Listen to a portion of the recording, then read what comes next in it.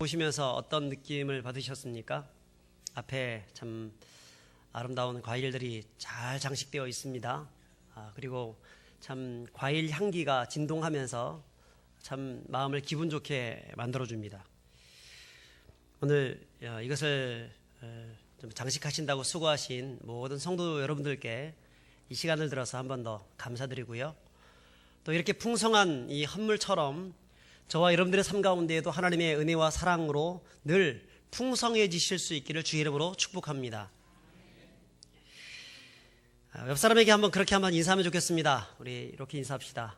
부자 되십시오. 인사하겠습니다. 여러분, 세상에서 부자 되라는 말을 싫어할 사람이 어디 있겠습니까? 다 부자 되고 싶어 합니다. 그런데 우리 중에는 그래도 난 검소하게 살고 싶습니다. 나는 세상의 어떤 탐욕과 어떤 세상의 물질들을 별로 나는 생각하지 않습니다. 라고 하는 그런 생각하고 있는 몇 사람을 제외하고는 대부분의 많은 사람들이 이 어떤 물질적인 부유함에 대해서 부러워하고 또 그런 삶을 살아가고 싶어 합니다.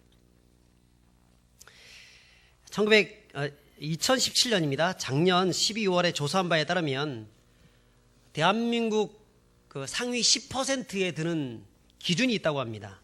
자, 그 기준이 뭐냐면 사람의 금융 자산이 이것은 이제 빚을 완전히 뺀 나머지 금액을 말합니다. 금융 자산이 6억 원을 이상을 가지고 있으면 상위 10% 안에 든다고 합니다. 그리고 연봉은 이것 역시 세금을 뺀 나머지를 말하는 것인데 연봉 7천만 원 이상을 벌고 있다고 하면 그런 사람은 10% 안에 든다라고 발표를 했습니다. 아마 이런 말을 들으면 꿈 같은 얘기다라고 하는 생각을 하실 분들이 있을지 모르겠습니다만 또 우리 중에는 부자 되는 거 별거 아니네, 나도 부자 아닐까, 이런 생각들을 가진 분들이 있을지 모르겠습니다.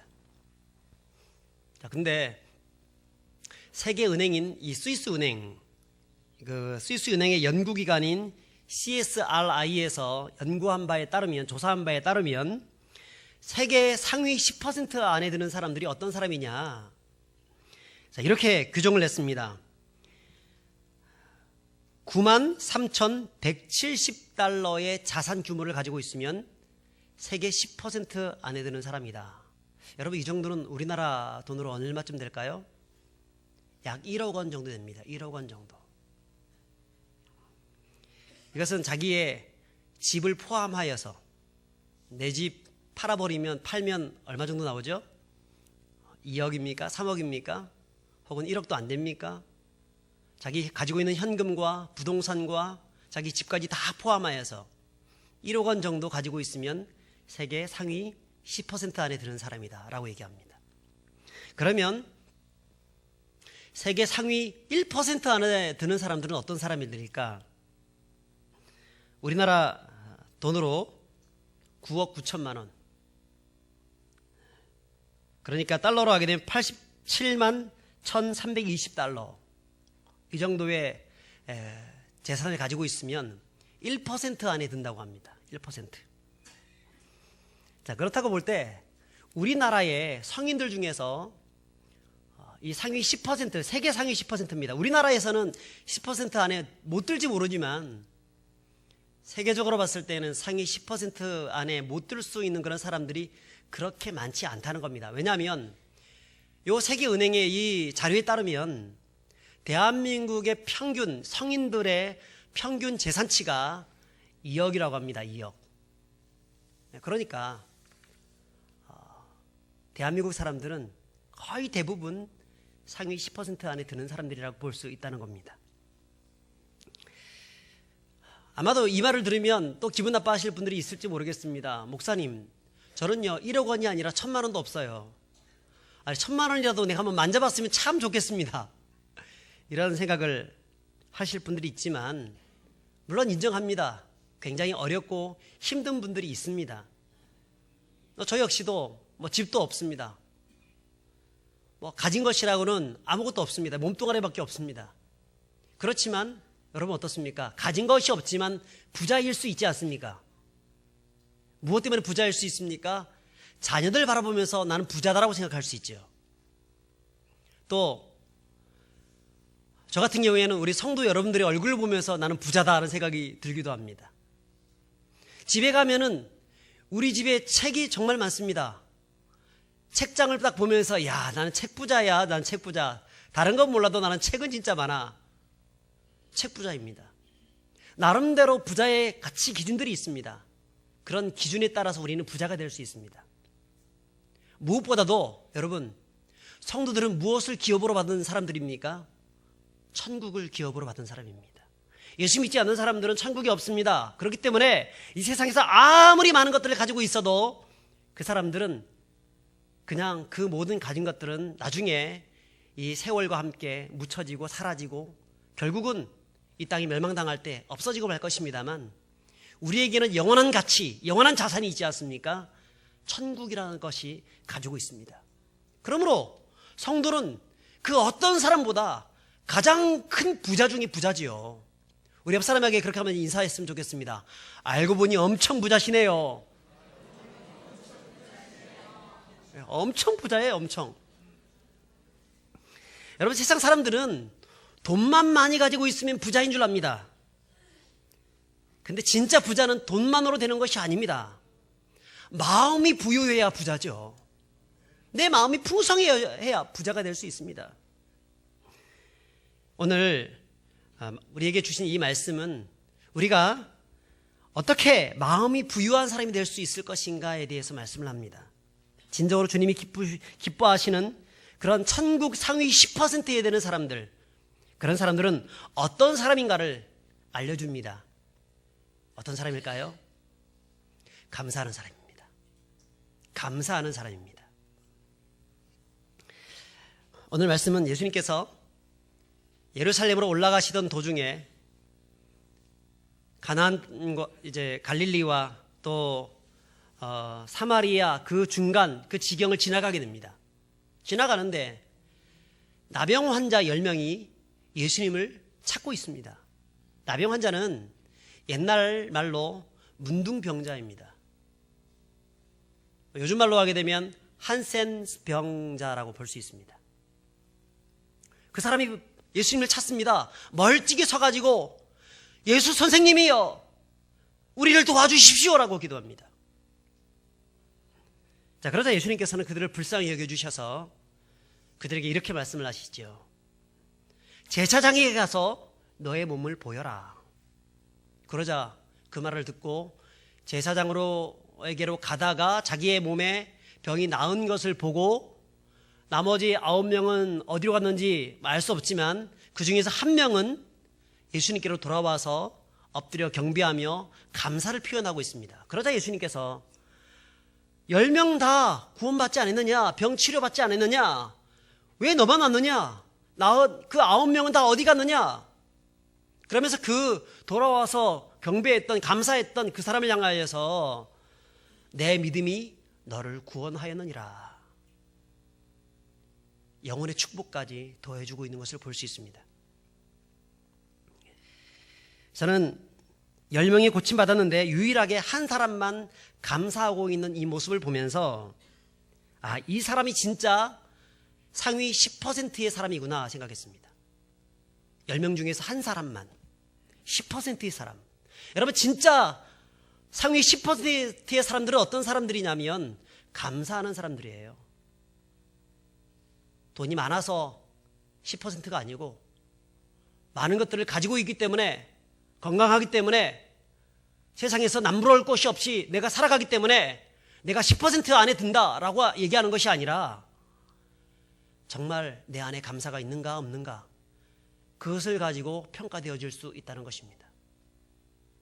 성도들은 어떤 사람들이어야 하냐면 바로 10% 안에 드는 이 감사의 사람들이 되어야 합니다.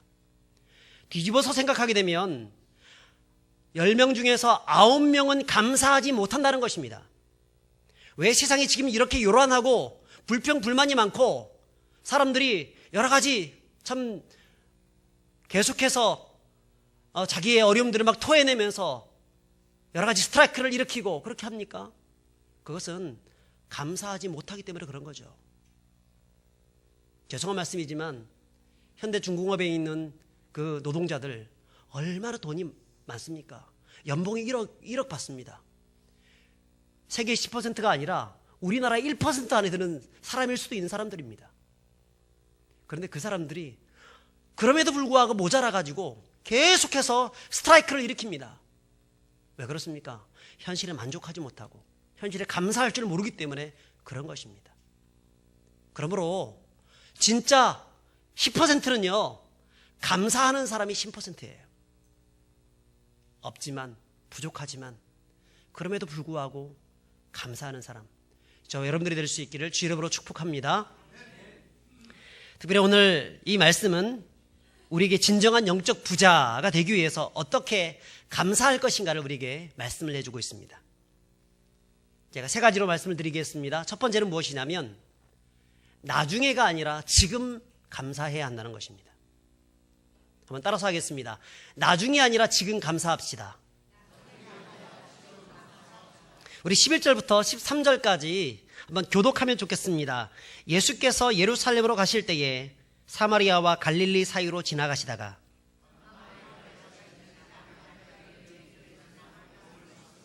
같이 읽습니다. 소리를 높여 이르되 예수 선생님이여 우리를 불쌍히 여기소서 하거늘. 여러분 오늘날도 그렇지만 이 나병, 이 문둥병은 정말 비참한 병입니다. 여기에 걸리게 되면 몸이 으스러집니다. 여기에 걸리면 진물이 납니다. 고약한 썩어가는 그런 냄새가 납니다. 사람들이 나를 가까이 하기 싫어합니다. 근데 더 고통스러운 것은 자기가 몸이 그렇게 으스러지고 몸이 떨어지고 팔이 떨어져도 자기 팔이 떨어지는 줄 모릅니다. 근데도 불구하고 이게 그런 고통스러운 병인데도 불구하고 고통이란 게 없다는 겁니다. 그래서 힘 조절이 안 되는 겁니다. 어떤 것을 딱 잡고 조절하게 되면 안 그래도 몸이 으스러지고 몸에 막 어떤 진물, 진액, 어떤 고름 이런 것들이 막 나오는 상황인데 고통까지 느끼지 못하니까 이게 쉽게 몸이 떨어져 버리는 겁니다. 근데도 고통을 느끼지 못하니까 계속해서 그 일을 하는 것이죠. 그래서 우리 나병 환자들 보면 어떻습니까? 얼굴이?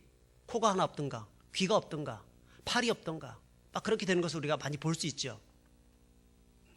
그런 고통이 있는데 더군다나 이것은 전염병입니다. 요즘은 뭐 그 나병 환자들이 전염시키는 그런 환자들은 거의 없다 그러는데 옛날에는 전염시켰습니다. 그래서 이 나병에 걸리게 되면 사람들을 잡아다가 그 사람을 제사장에 보이고 제사장에게서 이 사람은 나병 환자다라는 그런 말을 딱 들리게 되면 바로 쫓아내버립니다. 동네 바깥으로 성 바깥으로 쫓아내버려서 자기들끼리 살게끔 합니다. 죽든지 살든지. 그러니까 가족들과도 어쩔 수 없이 생이별을 할 수밖에 없다는 것이죠. 얼마나 힘들겠습니까?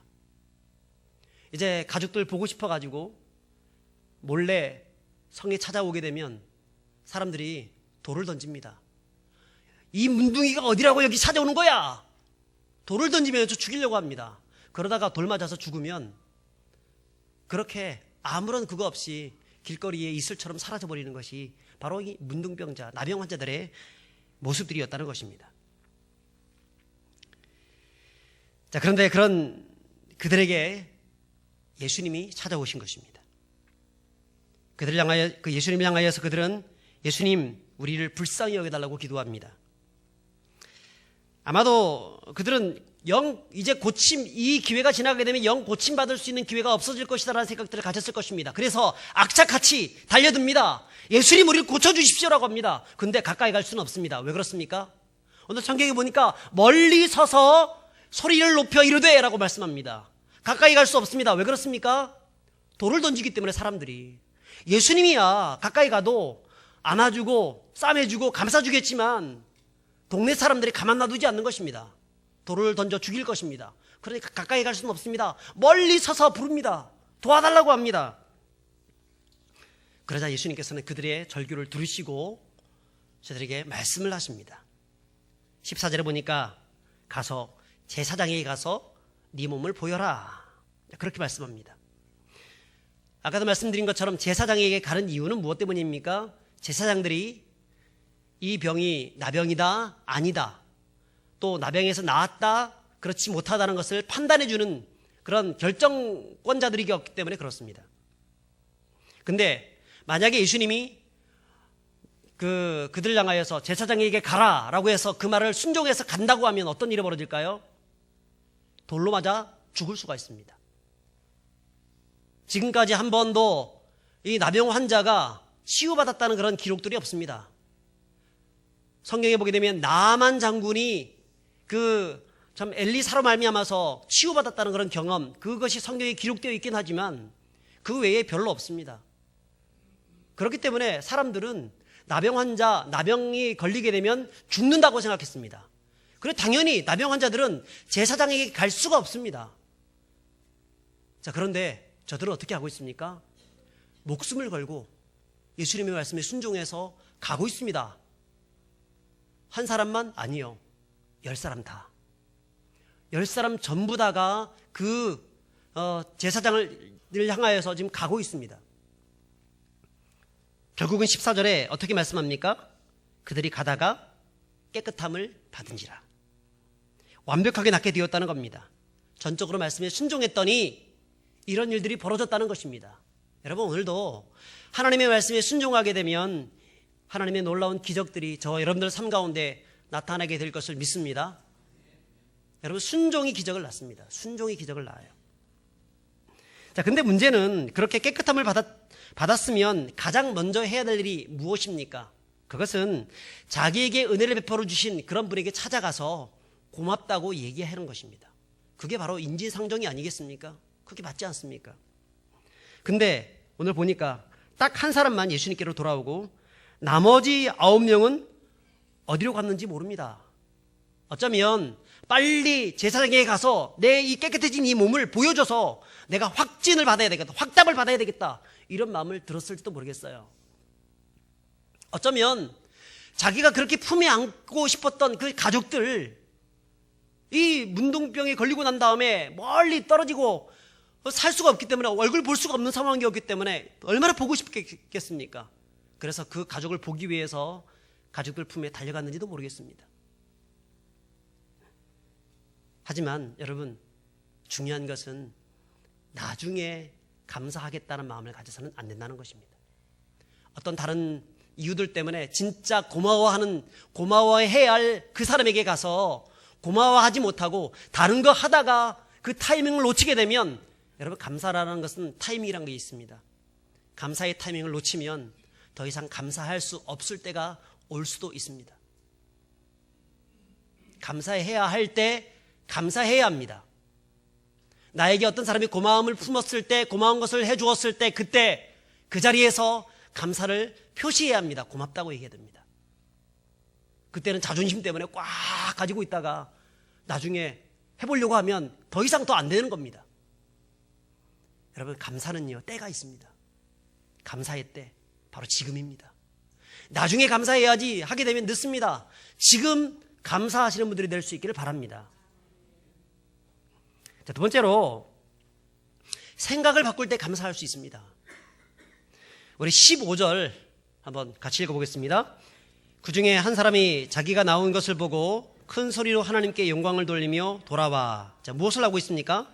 한 사람이 자기가 나온 것을 보고 하나님께 영광을 돌리고 있습니다.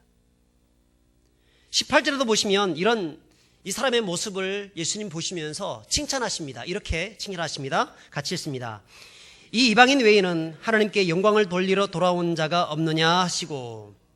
자, 가장 먼저 하나님을 생각했다는 것입니다. 하나님께 영광 돌릴 생각을 했다는 겁니다. 자기의 몸에 병이 치유되는 그 순간, 그 기적이 체험되는 그 순간, 무엇을 했습니까? 제사장을 생각할 수 있을 겁니다. 그죠? 그 순간 가족을 생각할 수 있을 것입니다. 그래서 그쪽으로 갈 수 있을 것입니다.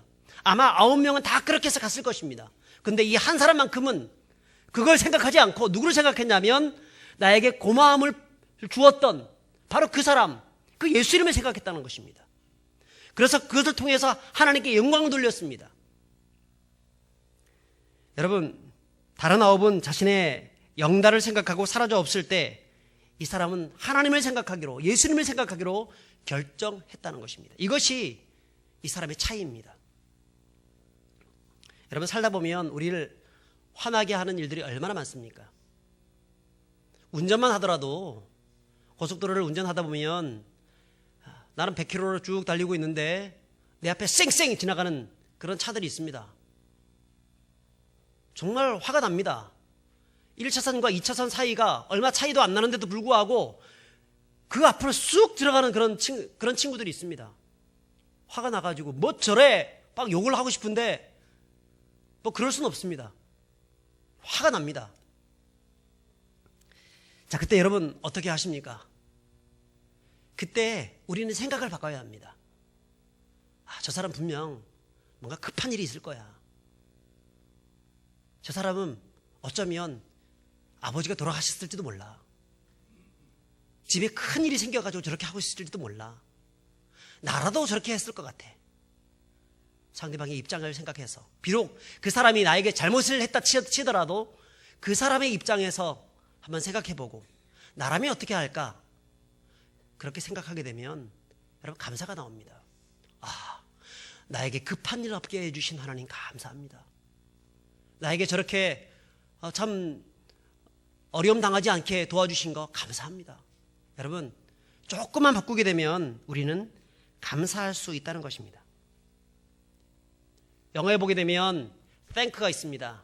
이것은 think, 바로 이 think 생각에서 감사가 나왔습니다. 이스라엘 백성들이 가데스 바네아에서 12정탐꾼을 보냈습니다. 자, 그들이 찾아간 이 가나안 땅은 그야말로 젖과 꿀이 흐르는 땅이었습니다. 하지만 그곳에 무엇이 있었습니까? 아낙 족속이 있었습니다. 아낙 족속은요, 거인들의 족속입니다. 키가 거의 2m가 넘습니다. 그래서 그 정탐꾼들은 그 아낙 족속을 보고 마음이 녹아내렸습니다. 우리가 저들을 바라봤을 때 우리는 메뚜기와 같다. 우리는 아무것도 아니다라고 생각했습니다. 자꾸 부정적인 것을 보니까 감사가 아니라 두려움이 찾아오고 불평불만이 생겼던 것입니다. 생각을 바꿔야 되는데 생각을 바꿔먹지 못하고 자꾸 어떤 현실적인 그 모습만 보게 되니까 무서운 생각이 들고 나는 그들 앞에서 메뚜기와 같다라고 생각하는 것입니다. 하지만 여호수아와 갈렙은 어떻습니까? 그도 동일하게 거인을 보았지만 거인을 본 것이 아니라 무엇을 보았습니까? 거인보다 더 큰 하나님을 보았습니다. 또 무엇을 보았습니까? 하나님의 약속의 말씀을 보았습니다. 그것을 붙잡았습니다. 또 무엇을 보았습니까? 그 땅에 있는 여러 가지 열매들을 보았습니다. 그 땅은 젖과 꿀이 흐르는 땅이라는 사실을 확신했습니다. 여러분, 그들이 가지고 온 열매가 어떤 열매였습니까? 포도송이 열매였는데 한 송이가 자기 혼자 들기 벅차서 나중에 두 사람이 어깨에 메어야 겨우 들 수 있을 정도의 그런 열매였습니다. 그 풍성한 열매를 보면서 과연 하나님께서 우리에게 주시고자 하는 이 땅은 젖과 꿀이 흐르는 땅이다.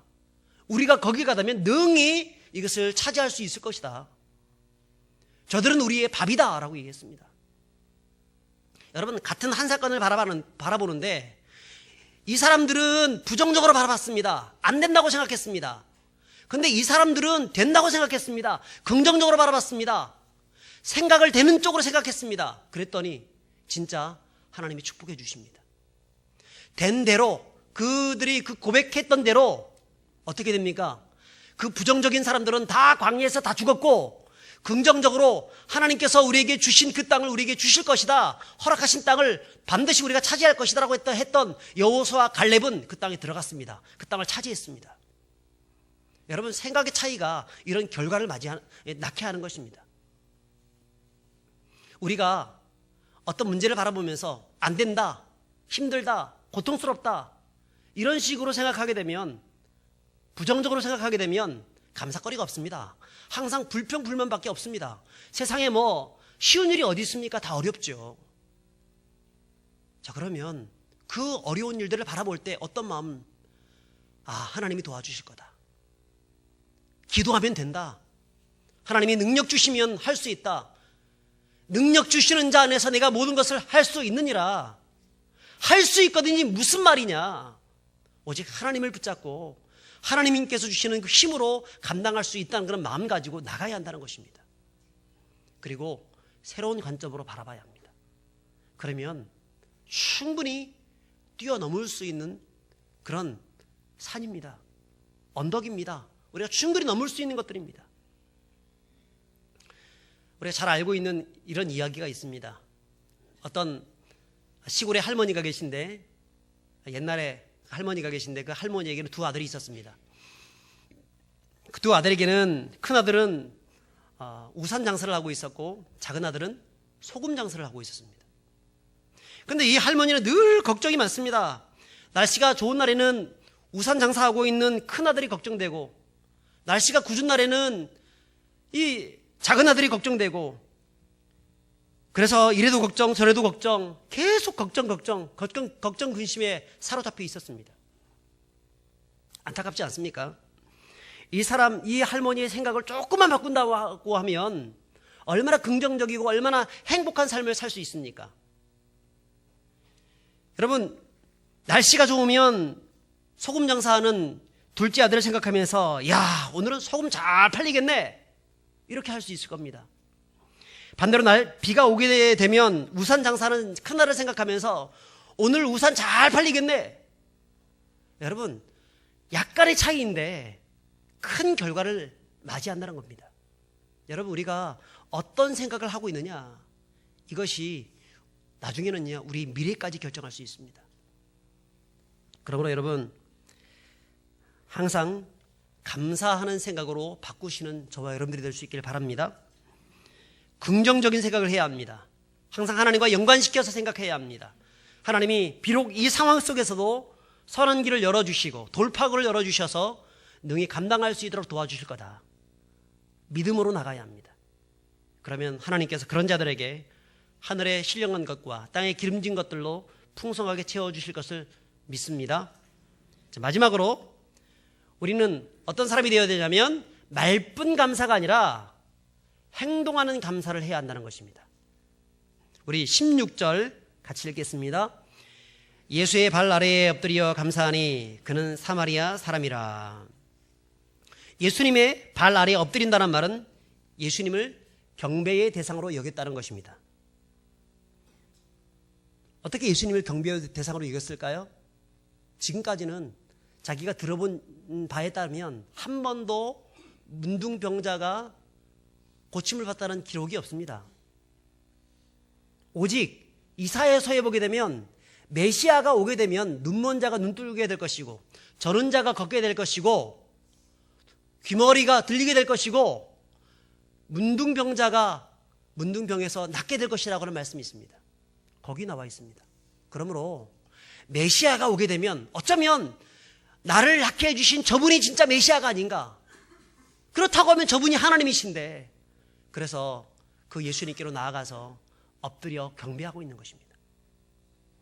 더군다나 여기서 이 감사라고 하는 이 단어가, 엎드려 감사했다고 하는데, 이 감사라는 단어가 이 헬라어로 보게 되면 유카리스트라고 합니다. 유카리스트, 좋은 것에 대한 은혜라는 뜻입니다. 또 히브리어로 보게 되면 이것을 야다라고 합니다. 야다는 감사하다, 찬양하다, 칭송하다라는 뜻입니다. 우리가 할렐루야 이렇게 하죠. 할렐루야. 이 할렐루야가 바로 야다입니다. 야다. 하나님을 찬양하는 것입니다. 그러니까 이 사람은 지금 어떻게 하고 있냐면 엎드려서 그분을 경배하고 있습니다.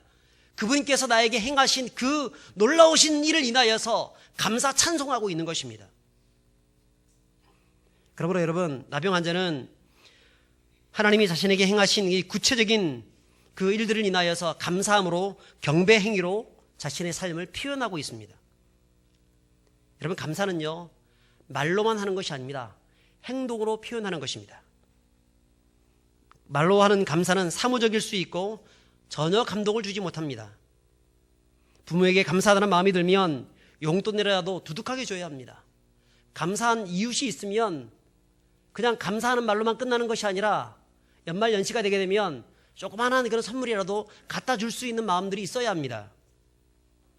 우리에게 사랑해 주신 분, 기도해 주신 분, 말씀으로 양육해 주신 분들, 자신을 따뜻하게 돌봐주시는 그런 분들, 여러분, 그런 분들에게 여러분 진심 어린 마음으로 그들을 찾아봐주고 돌아봐주고 꼭 우리 스승의 날만 스승님 찾아보고 어버이날만 부모님 돌아보고 그런 게 아니라 365일 우리는 항상 우리에게 고마움을 끼쳤던 그런 분들에게 말로만 감사가 아니라 진심 어린 행동으로서의 감사를 해야 한다는 것입니다.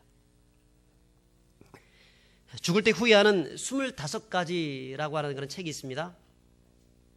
이 책에서 이 저자는 1000명이나 되는 환자의 죽음을 곁에서 지켜보면서 그런 질문을 던집니다. 당신은 인생에서 무엇이 가장 후회스러웠습니까? 라고 하는 질문을 던졌습니다. 인생에서 남은 시간이 불과 몇 시간일 때 이제 몸을 제대로 움직일 수 없는 그 순간에 가장 후회하는 것이 무엇이냐면 그것은 사랑하는 사람에게 그동안 고맙다라고 말을 하지 못하는 것, 그게 제일 후회스럽다는 것입니다. 여러분, 자신의 인생이 다 끝나갈 그 무렵에 자식들을 다 불러 모아놓고 나의 통장 비밀번호는 이러이러하고 아파트는 누가 앞으로 하고 어디에 있는 땅은 누구 앞으로 해라, 이런 말을 할 수 있습니다. 근데 그 말을 할 때에는 이 조금이라도 기력이 조금 남아있을 때 그런 말을 할 수 있습니다. 근데 진짜 기력이 없어가지고 어떤 눈뜰 힘조차 없을 그때에는 그때 말할 수 있는 그런 힘이 조금이라도 남아있다고 하면 하는 말이 딱 2가지 말이라고 합니다. 첫 번째 말은 미안하다. 그래서 연신 미안하다만 하는 겁니다. 그 다음에 맨 마지막으로 고맙다고 합니다.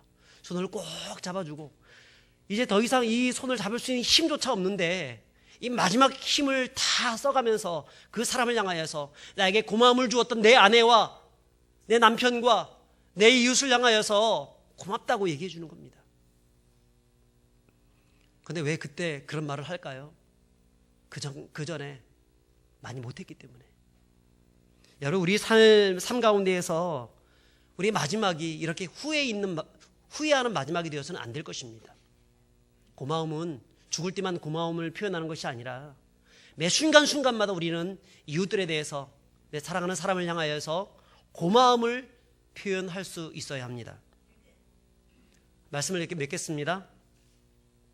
여러분, 주님께서 우리를 행하신 그 놀라운 일들 너무나 많습니다. 우리를 위해서 십자가에 못 박혀 죽어주셔서 영원한 천국을 보장해 주셨습니다. 그 주님께 감사하시는 분들이 될 수 있기를 바랍니다. 또한 내 이웃을 한번 돌아보십시오. 나에게 사랑을 베풀어 주었던 분들 얼마나 많습니까? 나의 아내, 나의 남편, 이 사람이 없었으면 내가 어떻게 살았나. 우리 자식들, 꼭 자식들이 우리 그 자식들이 내 짐입니까? 그렇지 않지 않습니까? 그 자식들 때문에 내가 살았지 않습니까? 그 자식들 때문에 내가 어려운 순간순간들을 이겨냈지 않습니까? 그러니까 어쩌면 자식들이 우리에게 고마움의 대상입니다. 고마움의 대상이에요.